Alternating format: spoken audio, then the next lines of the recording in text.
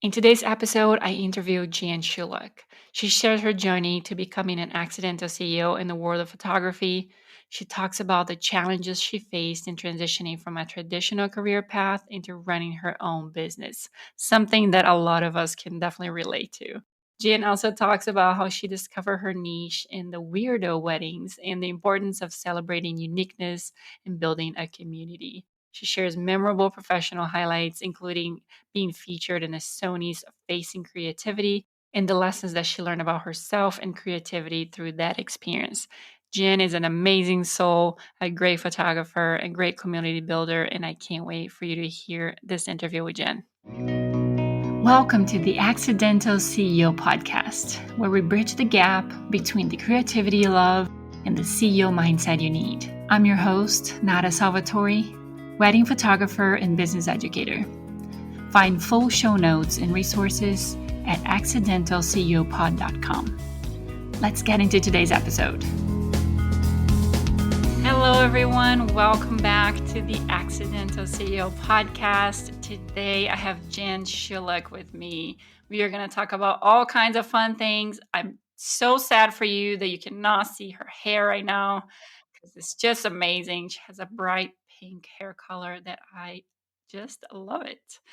Welcome, Jen. Tell them who you are and what do you do? Hi, everybody. I am Jen, or some people actually do call me Pink Hair Jen. I am a wedding photographer, a conceptual artist, and I'm now becoming a speaker too. So it's been so wonderful to have this journey of being an artist and a photographer and then using my voice whenever possible. It has been so much fun. So tell us a little bit about your journey to becoming an accidental CEO. How did you end up in the world of photography, which is where you are now? I have to tell you how I love the title of this podcast because that's how I feel. I feel like an accidental everything, it feels like. Just to let y'all know, like I was going to leave high school and go into college into engineering or something and I don't know, work in NASA or, something aerospace. And my life took me to this other path the day I got married, and the digital world was happening in photography. And I had no idea that, first of all, you could do photography as a business, but much less like people were out there still doing film at that time. This is not, this is 2005, right? It does not feel that long ago. It was not that long ago, y'all. So what I ended up doing was a lot of people saw me using my little tiny camera and they're like, we really like your viewpoints. And I had so many different friends and a couple of people tell me that maybe I should just get into photography. And I was like, oh, cool, whatever. And I took a whole bunch of classes based on photography. But the first class I devoted myself to was being in business because I had never been in business before. I didn't have any examples to look up to. I mean, people that run their own businesses, but I hadn't had like any one-to-one time to learn how to do it. So it just kind of like all smushed together in that year and a half of just how do I run a business and how do I learn photography? Like literally all in one big swoop. I didn't learn photography first. I didn't learn business first. I just kind of squished it all together. And that's how I became a total accident CEO, which is so funny to say that out loud now. Yes, that's a lot of our stories. So I think we all kind of come from the same journey as starting with something else and then realizing there was another career out there for us that we could pursue and have some fun. Well, like I've always been artistic, right? Like if you've been artistic your whole life, you actually ask yourself, where should I go with this gift? Yeah. So you mentioned something about, space, engineering. And so tell me, how did your brain change from that kind of analytic, very engineering structured kind of brain to creativity? I think as soon as I got into college, I realized I am just not meant to sit in a classroom and learn stuff all the time. And I think as much as I loved high school learning, once I got to college, I was like, I want to go live life now. I just don't want to sit in the classroom. And anything I wanted to pursue at the time was going to take years and years and years. And so let's just be honest, I was impatient about it. And I don't regret it. I actually just loved that I just leapt out into the working world and I learned technology hands-on. And I think that's what drove me to where I am now is like, I just wanted to jump in and learn things. And, obviously I had to pay the bills at the time too. So I did for most of my career before photography became my number one longest running job, was data entry. I was like keystroke master. I can still keystroke some, I got some 10 key. I could still do 10 key. I love typing, y'all. I just love typing. That's why smartphones frustrate me because there's no buttons. Ah, I see. So how did you realize when in your career in the office space did you realize, I think I'm gonna give this photography thing a chance? It was still about the same time that I met my then future husband, and I had gotten laid off a couple years into our marriage, and I was like, and everybody's like, just start your own business, just start your own business. And I was like, I don't even know what to do with that. It's like, so that's how it kind of happened was I was really struggling with how do I become my own boss versus being under a boss and having them tell me what to do. And that was a really hard transition for me. It probably took me about 3 months to actually grasp it as like a choice, and I had to really think about it. I had to get the emotions out because, regardless of what anybody thinks, when you move from one place in your life to another, there is a grief process that probably needs to happen. You don't realize it until you're like, why am I so emotional about this? Why am I frustrated? Why am I scared? Why is everything coming at me? And you realize, oh, I'm basically entering a new chapter of my life. And then sometimes it's really scary. So those first few months, I was like, I don't know what I'm doing. This is so wild. But once I embraced it and just kind of went on the adventure, it was nice to have, my husband supporting me through all of this. And then I ended up finding, communities everywhere in my city that kind of really helped me figure out what I wanted to do in photography in general. Cause there's so many different ways you can go with this when you first start and you're a newbie. You're like, I don't know what I want to do. I'm taking all the classes, but I can execute whatever the homework is. I was like, but does this make me happy? Does this make me passionate? Where does this take me? And I got to be honest, when I first started photography, I definitely didn't want to work with people. It was not my first choice. Yeah, that can Then that's being happen. honest. That's being honest. The Jen from 2006 and 7 is so different than the Jen of 2024. Just gonna put it out that. Good. We'll dive into that a little bit more, but I wanna know, Yeah. what do you think were the biggest challenges that you went through during that transition from, working for somebody to working for yourself and being your own boss? And how did you overcome them? Oh, I think at that time, having a little bit of business knowledge really helped me navigate the headspace for that. Because you have the headspace, so you have the logical, you have the creative, and it's like you're at battle with yourself on how to navigate it. But I really think that what helped me get through the hardest parts was I just kept meeting other small business entrepreneurs that really helped me figure some things out as far as where could I take the things that I'm passionate about. And then as it grew and grew and grew, like I didn't attend a photography conference at all, just being straight up front. I didn't feel the need for them at the time. I was taking a lot of classes. And then all of a sudden, like I'm starting to like things are starting to fall into place because I'm pursuing it. I don't give up on it. I just keep pursuing it. And all of a sudden in 2012, I have a life changing moment for me that was at a photo conference that really just let me walk in there and be myself as the artist, not just the entrepreneur. And I think they're both great. I think they go together. I think they kind of hold hands with each other.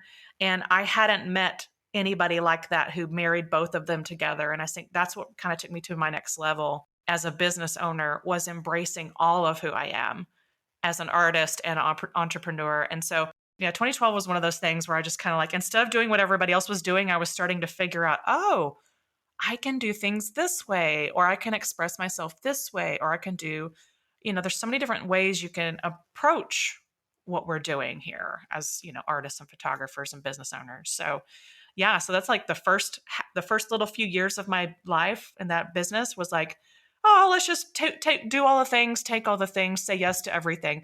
And then 2012 was the monumental shift of like, oh, I should really start like really like igniting what I want to do in my business and what I want to do in my art. Meeting people that encourage that was just so wonderful. Yeah, and I think if you don't step into and try all these different things, it's hard to know what you like and what inspires you and what excites you. So I think it's very common in the beginning of a photographer's career to just do a little bit of everything and try a little bit of everything, and it takes a time to even find your editing style. You go from like so many different changes and how you see things and how you tell a story and how you edit your pictures. So 100% fair to try it all in the beginning, but definitely with the intent of trying to find what is it that it's really exciting for you and what you can then continue to develop on in the future. So let's talk about your photography. So Weirdo Weddings Photography is a very unique niche. I love that. Let's talk about cool names. So let's talk a little bit about what inspired you to focus in this particular area and how do you define the essence of a weirdo wedding? That is a loaded question, and I love it because I'm still on this brand new baby journey of this newest brand.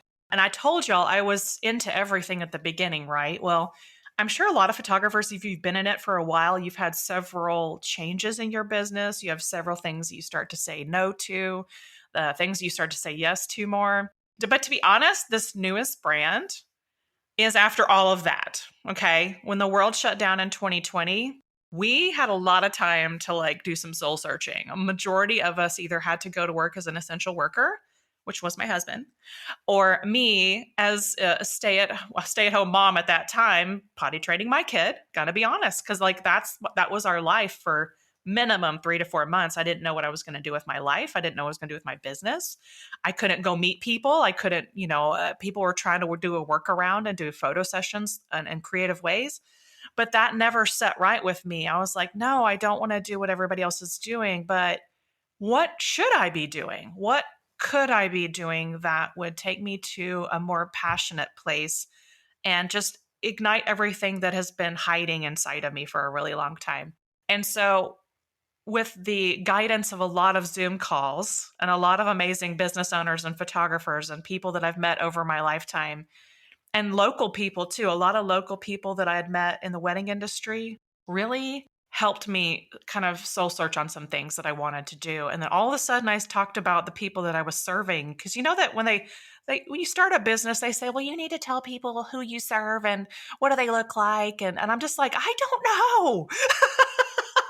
I was like, Whoever gives seriously. me money now is my ideal client. I was like, how do I know what my ideal client is? I've worked with so many amazing people. How can I dare put them in a box?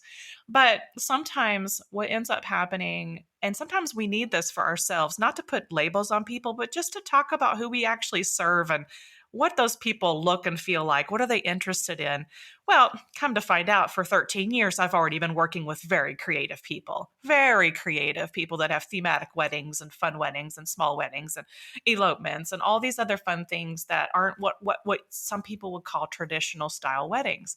I grew up completely traditional everything. My wedding was semi-traditional with a twist of Blue Man Group in it. So it was like, even and then I felt like I was an offbeat bride, but there wasn't a place for me in that industry because let's just, now we're seeing it a lot more. But in that time, in 2005 to 2012, whatever, I didn't see a lot of alternatives for Mhm. people out there. So I felt like being already an alternative, it made sense to call something really what the word weirdo comes from is my art group. My art group is so amazing. I've been working with them since 2015. I have amazing people that I hang out with that we think differently. We make art that is weird. We make concepts that are from our hearts and they're deep places of serving other people and sharing our stories. So why would I not take that into the wedding industry is my point. Like, nobody else is doing that, in my opinion. Nobody has taken this crazy word that about 50% will get and 50% are like, yes, you're my person. And take this into the wedding industry and just kind of shake it up a little bit. And it's really authentically me though. It's not something I just made up. It was something that it was already there. I just needed to call it out for what it was. I was already living it, y'all. I was already living it for over 13 years of my life.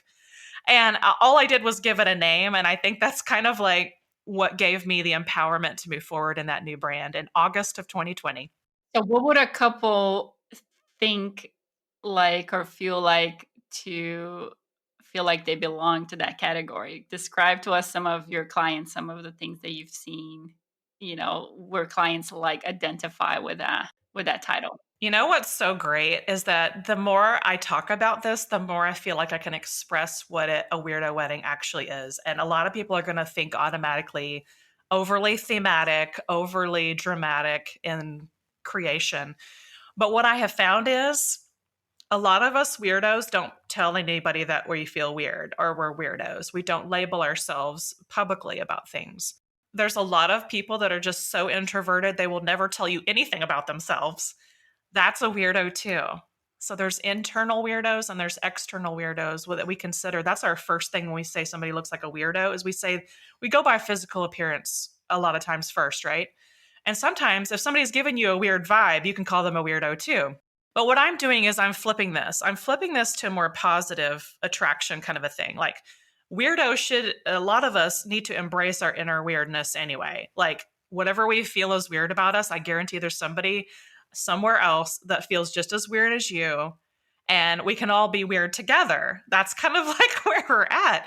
And a lot of my clients are very nerdy about things, and it doesn't even have to be about movies or characters or cosplaying, but it could just be they're nerdy about things. They're nerdy about going to the record store or putting patches on their jean jackets or just coloring their hair like I do, or not coloring their hair and shaving their head. Like anything can be considered a weirdo if you really think about that it's not just external. And I think a lot of my weirdos already know that. And that's why when I walk into a room with this logo or whatever I have on me that says Weirdo Weddings, a lot of people give me good feedback on, I get what you're trying to do. I get exactly what you're trying to do. You're doing a call out to all the weirdos out there. And I was like, yeah, you're right. I am. But it all started with my wonderful art people, which just embracing who we are is what I feel like my couples and clients are. They're okay with who they are and they're honest about their faults, flaws, their weirdness, their quirkiness, their creativity. I have a lot of people that come to me that are just so, anxious, or they have, especially in front of the camera, right? How many times do we have people that are so anxious in front of the camera, or they really don't like how they look, or, and any community this happens though, any community that we walk into and have clients that are very insecure about some things. So, but I have so many clients that are wonderfully weird, but they're also insecure too. So we can all relate on that. We can relate on insecurity and fears and just wanting to be loved. A lot of weddings are very highly emotionally charged, right? There's just two people or more that want to get married, and they just want to have somebody to document that. And so, what I feel like I bring to the table as their fellow weirdo is just a sense of acceptance and a sense of belonging and being seen. I saw myself at some point in my lifetime, be it on a photo or an Instagram or something. And my whole thing about meeting couples that visually want to be represented, that's my heart. Like I wanted to be seen when I was getting married.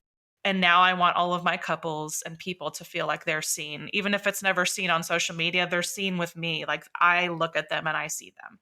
That's wonderful how you taking something that has a negative connotation to it and Yeah. turn it into this positive thing that builds community. So I really love that.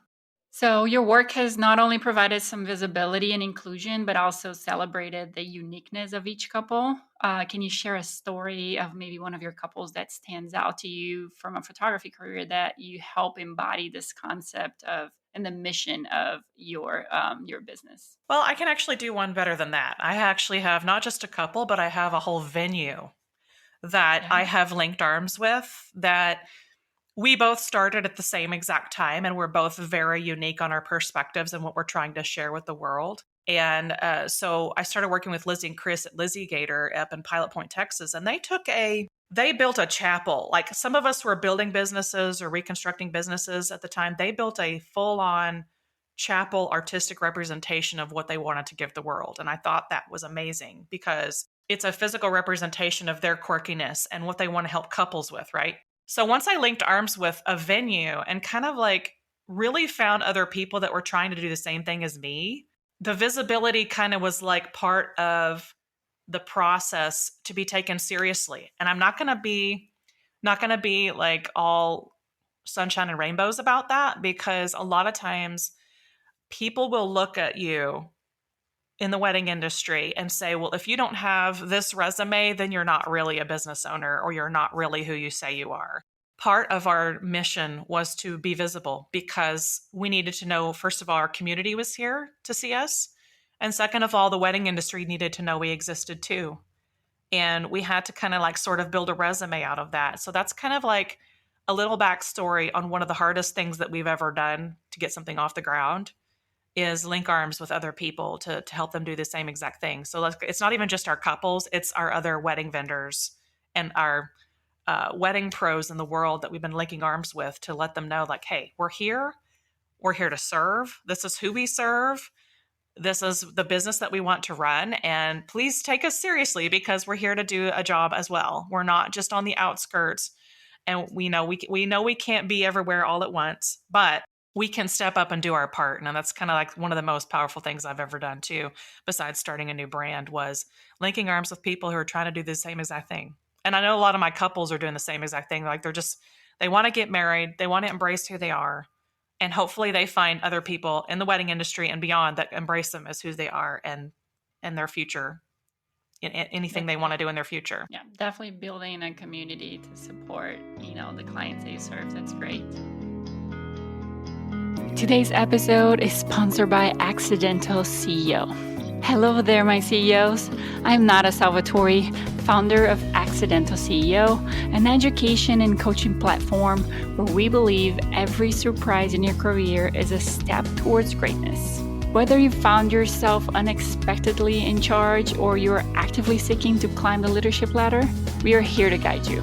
I specialize in transforming emergent leaders like you into confident CEOs through target education and personalized coaching. With Accidental CEO, you gain access to exclusive workshops, one-on-one coaching, and a suite of online courses designed to hone your skills, refine your strategies, and amplify your business powers.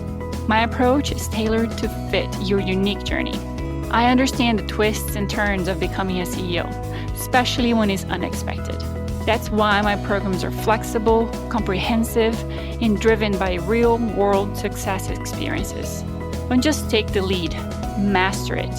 Our supportive community is here to ensure you emerge as a visionary leader, equipped to navigate any challenges and seize all opportunities. Visit us today at accidentalceo.co to learn more about how we can help transform your accidental position into a deliberate and successful leadership legacy. Accidental CEO, where you learn to lead not by chance, but by choice. You had some very nice professional highlights, some features. So which one of those experiences was the most memorable one to you? Oh, I made sure to write the answer down to this question too, because I wanted to be sure to highlight, because if I'm going to talk about being nerdy about things, I have to own up to the fact that not only did I have a Blue Man Group wedding, but one of my most visible and memorable moments was being on a Blue Man Complex Rock Tour DVD. Yeah. So if people need to know how nerdy I can get, that's about like whenever you get nerdy about things and you're there, you're at the radio stations, you're promoting your band, whatever who it is. And then all of a sudden they decide to film in Dallas and you're like, heck yeah, yes. And so that's one of the most memorable, because my Blue Man fan community is just as awesome as my wedding community and my photography community. And matter of fact, because it encompasses art and events and lights and paint, it's like artistic on steroids, really. So that's very memorable for me. Very good. You were featured on Sony's Facing Creativity, right? Yes. With Brooke Sheen, Yes. which is a very great accomplishment. Congratulations on that. Thank you. What did you learn about just yourself and creativity in that experience? Oh, this is a wonderful experience that I had, and it doesn't feel like it was that long ago. And first of all, when I got the email, I freaked out because I was like, "Oh my God, she wants to collaborate. Oh my God." And I've known her since 2012, right? And I've never been able to really open up about my art, and that Facing Creativity let me be truly me. Like, my art was mine. I didn't have to come up with something entertaining for somebody. I didn't have to create something because it was popular. I actually came in with this full-on creepy idea and I ran with it. But what was beyond the making of the art was the conversation that we had about simply facing fear. Now, Facing fear looks like a lot of different things to a lot of different people, but that whole series was about facing creativity and making art through adversity, making art through fear. So my episode was dedicated to that. And I was I wished it was longer because I was actually crying on set. And I was Aw. so vulnerable about why I am who I am and where I came from to get there. And so I'm so sad that y'all can't see me sobbing like a big mess on on that series, but the editing floor was great. I loved working with the team. What I learned was is you can do a lot with a little tiny space. You can do a lot with making something look amazing on a production set that is just I'm just in awe of what people can pull together and produce on very little budget with very little space to work with. And it was something that I was very excited to put out into the world because it's a form of photography that not a lot of people, if they do it in a different way than I do. But so I was using a projector and I was using a lot of different ideas and we had some fun. We just had a lot of fun. And we were also raw and vulnerable about what it's like to face fear and how ugly it can be when it's staring you in the face and you've got to like, smack it around and get it out your life. So it was awesome. And Sony, of course, was like very endearing to like they welcome women artists. They welcome people in to create with unique voices. And I think that's what I love about how Sony put that together. And then I got to be with my friend Brooke. So that was awesome. That's great. I'm a Sony girl too, so Oh, love fun. everything they do. Yeah. So you started a podcast too. Let's talk about that. So Tattoos and Toddlers, it's a very creative way to kind of explore balancing business and personal life. What was your motivation to start the podcast? Oh, this is wonderful because as I told you in the beginning, I'm a wedding photographer, conceptual artist, and a speaker. And what I realized, I was at a wedding expo actually, just a little one, a little boutique one, kind of like an open house. And I was talking with a lady there who was that time at the planner, and she had like a 7 or 8 month old baby. And it took me right back to when I was a new mom. And it was a long journey for me to become a new mom. But when I did, I was like, I had the internal struggle of I want to be with my kid, but I also want to run my business. And so what ended up happening was we were just joking about little things that happen when you're with an infant. Okay, let's just be real. An infant talk that led to fun talk that led to, oh my God, the duality of having a business and a kid is something worth talking about. And so I decided because I have a lot of tattoos, and at the time, I pretty much had what I could still consider a toddler. It just made sense to call it Tattoos and Toddlers because, and of course, I'm always going to break my own rules. Like whether or not you even have a tattoo or a toddler, like I still might have you on my podcast because I want to Right. talk about, what it's like to run a business and have something else take your attention. Or if you're caretaking, do you know how many people that I know that are caretaking for their elderly parents? So many people are caretaking for people that are, that just didn't expect to be caretaking for. There's people like in certain circumstances, foster care, you name it. There's a whole bunch of stuff. So I wanted to have it as a catalyst for discussions and talks about running businesses. And I don't have people on that are going to sit there and sell their business or be fake. I want you to tell me about your life and why are these things happening with you or for you, to you? What's it like in your head space? What's it like in your heart space when you're dealing with that struggle of how do you make it work and how do you deal with guilt? It's like guilt is the one thing that like you're always going to have. If you just got to be honest about it and be like, okay, I'm going to feel guilty about this. How do I work through this? Right. So that's what that podcast is for. And it's a way to not only share my story, but I love talking about other people's stories too and where they've come from. Because what I've learned about podcasting, which as we know, we're on our podcast now, as we know, we learn from each other. And as long as we're vulnerable and telling our truth about who we are and where we came from and how we are here now, I feel like it's just beneficial. We always learn from each other. I don't have to teach you photography, but just tell me your life. Tell me your life. I learn from your life. I learn from your walk of life or your business or wherever you live. Because if we live in all different cities, states, countries, then we always learn from people that are outside of our own zone. And so I grew up moving a lot. So every time I was in a new city or a new zone, I had to adapt. And so the podcast gives me a way to also travel without traveling in a way. Just learning from other lives is really what I find beneficial. And I hope the rest of the listeners understand that too. Like just being real about your life and understanding your voice matters is just so powerful. It's so powerful. And that's why I stepped into it. I was like, well, okay, fine. I'm going to start Weirdo Weddings and then I'm going to start a podcast. It's no big deal. It's a cake. It's a cake. Yeah. I mean, seriously. I mean, I don't know about y'all, but those listening, how many of y'all like do not stop? You just keep going, going, going, going. You never stop to celebrate the things that you actually did. Okay, you could have something super fun. Like I even forgot when I got the list of questions, like, oh, I did do some cool things. I forgot about that. But last year, I had to sit down and write down a whole page of notes so I could hear myself say, Jen, look at what you did last year. And one of them was a podcast. What a great You exercise. Why did you think you were a slacker last year? You were not. So amazing. Yeah, I feel like we have a lot of things in common. Yes. The idea of bringing community around who you want to serve to moving a lot growing up and kind of using that as something that is part of my personality now and how I learn to adapt, like you talked about that, to not being able to stop and just keep doing more and more things. Let's add more to our calendars so we don't forget. Right. Like, let's just forget everything and make our calendar so full that we don't know what we're doing when, and then we lose our identity and we're just like, oh God. I don't know about anybody else listening, but this year I was like, all right, that's enough of that. Take a break, refocus. I mean, because there's power in rest and there's power in stepping back. And I don't know why we keep thinking that pushing through is always the answer, and it's not. Yeah. Sometimes you do need to step back. I am terrible at that, as I'm saying. Yep. Yep. I'm reading somebody's mail today. I don't know who needs to hear that. But to be quite honest, whenever I do these interviews and whenever I do my own podcast, I listen back because I'm like, oh, Jen, you were just talking to yourself right then. You're like, exactly. It's sometimes our brain just like, let me sneak that in there. So maybe she'll listen to what she's saying.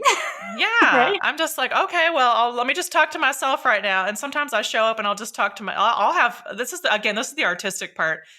Any kind of things that are coming out of you, you might need to hear for yourself. Mm-hmm.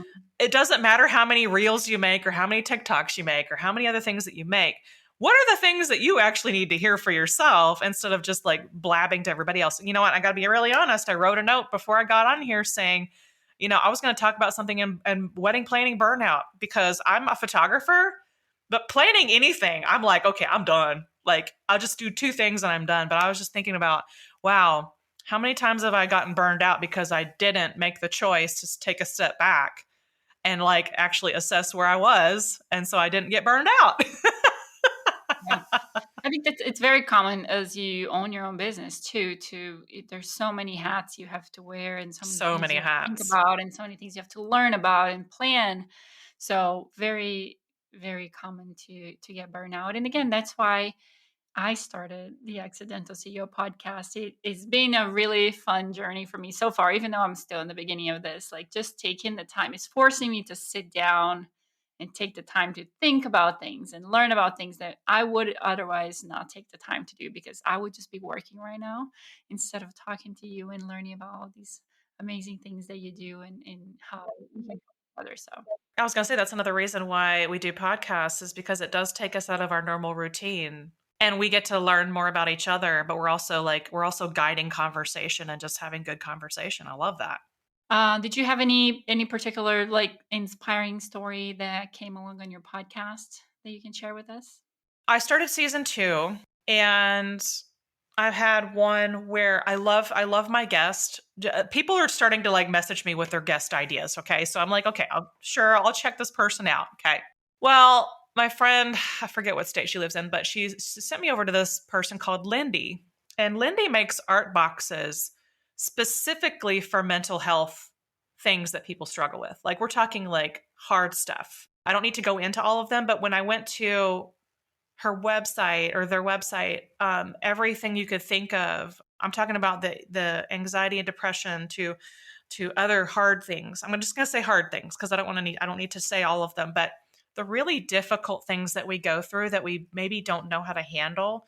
And I really love that Lindy was open about her own journey and then what compelled her to make these little art experience boxes. And so that was a really great episode on how you can have art guide you into healing. And I really believe that with my heart too. Like, I love using art as a healer. So having Lindy on as my season 2, episode 1 was great. And then my newest episode, I loved having Chiffon Myers on. Chiffon Myers is a powerhouse of OMG, multiple blog owner, so many different things about, she was the OG of the Pretty Pair Bride blog. Mm-hmm. And that was one of the first blogs I was definitely featured on, because at the time I was like, again, you're trying to find visibility and voices in a place that's screaming traditional, and Pretty Pair Bride was definitely out of its own little box. And so both those episodes were really great. And I loved that both of them offered valuable places to belong and be seen and be heard. And so between Lindy's art boxes and Chiffon's pioneering of all these amazing things for wedding pros and couples, I was just like, yeah, season 2 is awesome. I'm only three. Yeah, I'm only 3 in, but I'm like, I love that these episodes, they mean something to me, and I'll go back and listen to them. I'm like, oh my God, this was a really great thought that we had, or we had a discussion where we tangent off into something that's very life-changing. And I don't know about y'all, but the world needs more life-changing conversation instead of just like hiding behind our computer screens and yelling at each other. I feel like podcasts and sitting with your friends and people that maybe you don't even really know that well, sitting and having conversation with them, while those of us who are very awkward at it, there's value in having conversation. Absolutely. 100%. So let's talk about balancing, or trying to balance things. It's a very big, question in our audience, and probably with most people out there today. Oh yeah. Having their own careers, or even having their own businesses, and trying to balance personal life. Do you have any advice, tricks, how you do it? What did you learn about it, managing your personal life, and being a caretaker, being a parent, and running your own business? I think what has saved me the most is my calendar. And that is the most practical thing that you could add into your life if you haven't already. I'm sure a lot of us live by our calendars. But I can tell you one thing that most of us are not scheduling on our calendar is our rest time and us time for being alone with ourselves. So what I feel like gives me balance is my calendar, because I can schedule this today. I can schedule something with my daughter tomorrow. I can schedule something business again. I can hit everything that I want and schedule it out on a calendar. Not saying I'm there yet, but this is an exceptional tool for somebody like me that needs to be reminded, because, oh my God, I mean, how much of us love to work, and we could work all day long and all night long and never really stop. So my husband and I have to really be realistic about, he and I are very similar in that we love our work. Whatever work we're doing, we love it. We're in it. We're committed, but we also have a kid. So we have to have kid time. We have to have us time, family time, alone time. So my calendar has definitely helped me with all of the above. There's a lot of people that are going away from the word balance in general, because it's really not, there is no balance. It's basically time. You're basically managing your time is what you're doing. It's not about balance. It's about how much attention do you pay to this, and how much attention do you pay to that. And if you are working on something, I'll give you a perfect example. I have a wedding the weekend of my daughter's birthday. Okay, so I'm going to work a wedding. And then I decided to sign up to work an event. It's basically on Easter. It's, her birthday's on Easter, whatever. So I'm basically working an event, and then I'm going to go do her birthday party right after. Now, a lot of people could say, oh, well, I'm just going to say no to that event and devote my whole day to my daughter. And I was like, you know what? I can do both.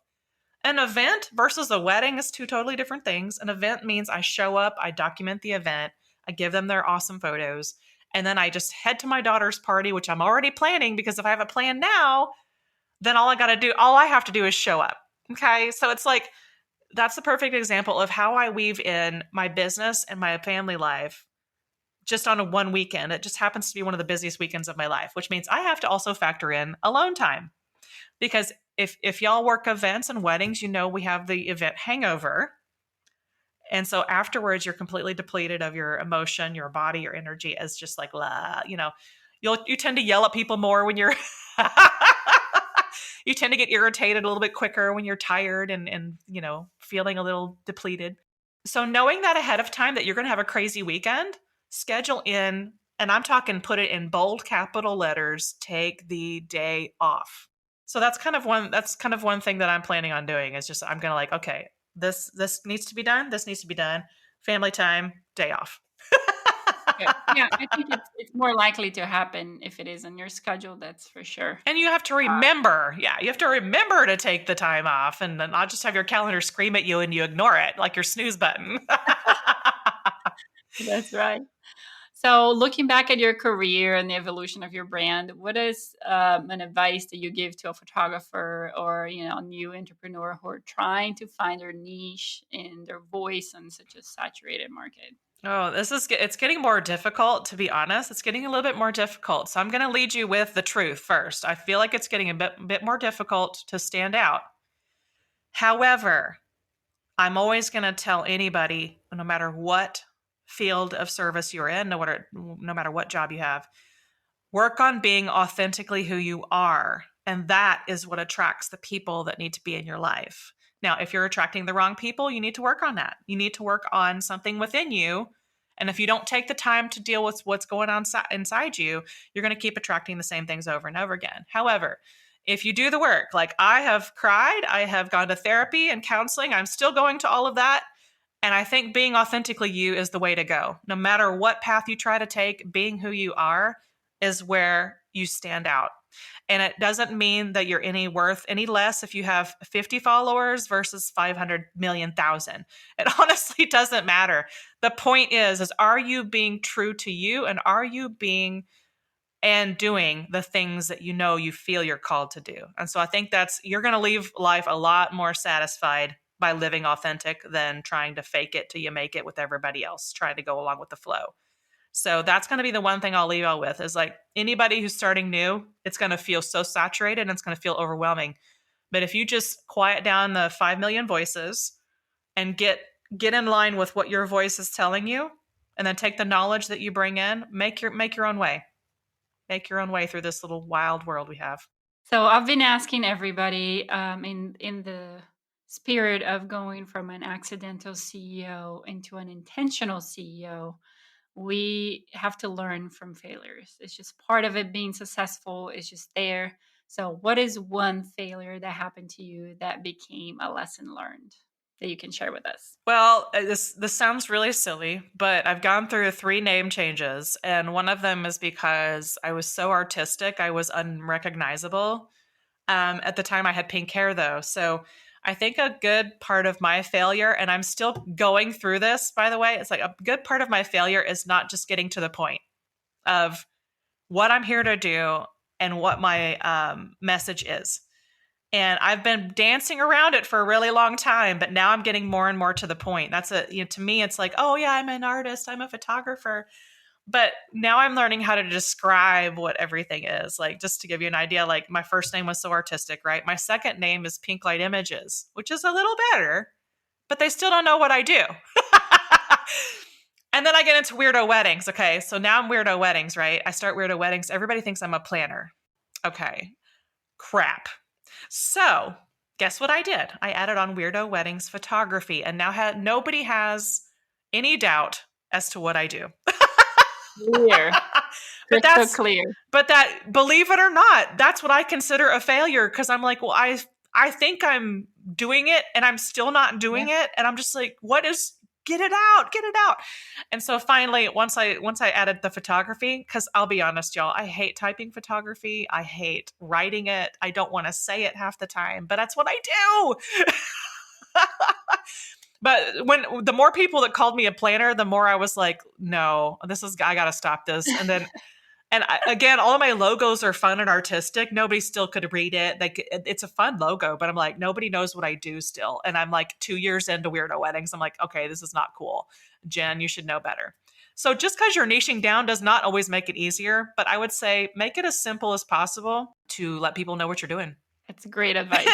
Because I'm great advice. Yeah, I mean, I'm just sitting here just laughing at myself because I'm like, what in the world did I do? Yeah, we all go through that. That's great to be, and we appreciate you being open and sharing that with us, because a lot of people would maybe try to find something a little more shiny to answer that question with. And I like that you gave us a very tangible example of something that had failed and you have, made changes and continue to make changes to overcome and get to the final crystal clear message that you're trying to put out there. That's something that we all struggle with, I feel like, in the creative world. So. Yeah, and I think with the new brand, Weirdo is always going to have its own, so like art, subjective meanings to people. So I'm well aware. It's like my last name, Sulak. I'm very well aware of how crazy this is, but I'm still going to try to spell it out for you. Yeah. Perfect. Jen, tell everybody where they can find you if they want to learn more about what you do and follow you on social media. Absolutely. So I'm still mostly on Facebook, Instagram, and TikTok as Weirdo Weddings. You will not see Weirdo Weddings Photography on those platforms, but you can find me very easily under Weirdo Weddings. And I would love to connect with you, especially if you feel like you're a weirdo and it totally resonates with you right now, because yeah, it's a lot of fun, and I'll have a lot of good conversations with other weirdos. It's fantastic. Perfect. Thank you so much, Jen. We had a lot of fun learning all kinds of fun things from you, and a lot of great advice for our audience. Thank you, everybody, for listening to us today, and we'll see you next week with another episode of the Accidental CEO podcast. Have a good week. And that's a wrap for today's episode of the Accidental CEO podcast. Thanks for hanging out with us in the world where creativity and business strategy collide. I am Nada Salvatore, thrilled to have shared this time with you. Remember, every episode is a step closer to mastering the art of being an accidental CEO. So don't miss out. Hit subscribe, drop us a sweet review, and spread the word to your creative tribe. Your next big breakthrough could be just one episode away. Join us next time for more insights, laughs, and actionable tips. Keep pushing boundaries, dreaming big, and embracing the beautiful chaos of entrepreneurship. Here's to make magic happen in your business and beyond.